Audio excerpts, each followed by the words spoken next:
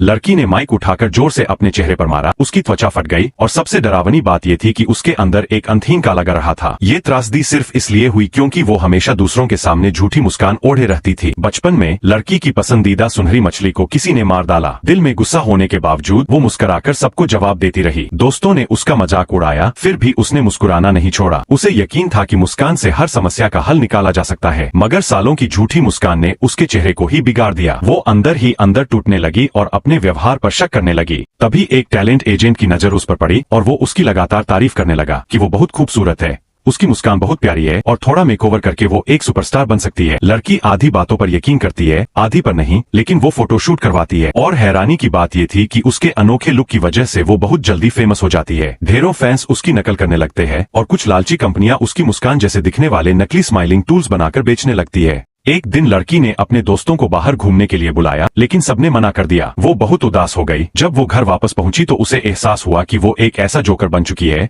जो बस मुस्कुरा सकता है, लेकिन जिसके अंदर कोई आत्मा नहीं बची और एक दिन कोई उसे रिप्लेस कर देगा। वो पागलों की तरह अपने चेहरे से इस मास्क को हटाने की कोशिश करती है, लेकिन कुछ नहीं होता। इसी उलझन में उसे अपनी वही सुनहरी मछली याद आती है और फिर उसे एक उपाय सूझता है। एक कॉन्सर्ट के दौरान हजारों दीवाने फैंस के सामने वो माइक उठाकर जोर से अपने चेहरे पर मारती है। उसे लगता है कि अब वो इस नकली चेहरे से छुटकारा पा लेगी, लेकिन फिर वही अंतहीन काला गरहा सामने आ जाता है और वो पूरी तरह से टूट जाती है। स्टेज के स्टाफ ने फौरन आकर उसे पीछे खींच लिया, लेकिन हैरानी की बात ये थी कि फैंस ने इस हरकत को नकारा नहीं, बल्कि इसे बहुत यूनिक बताया और अब तो उसके फैंस भी उसी नए लुक की नकल करने लगे थे।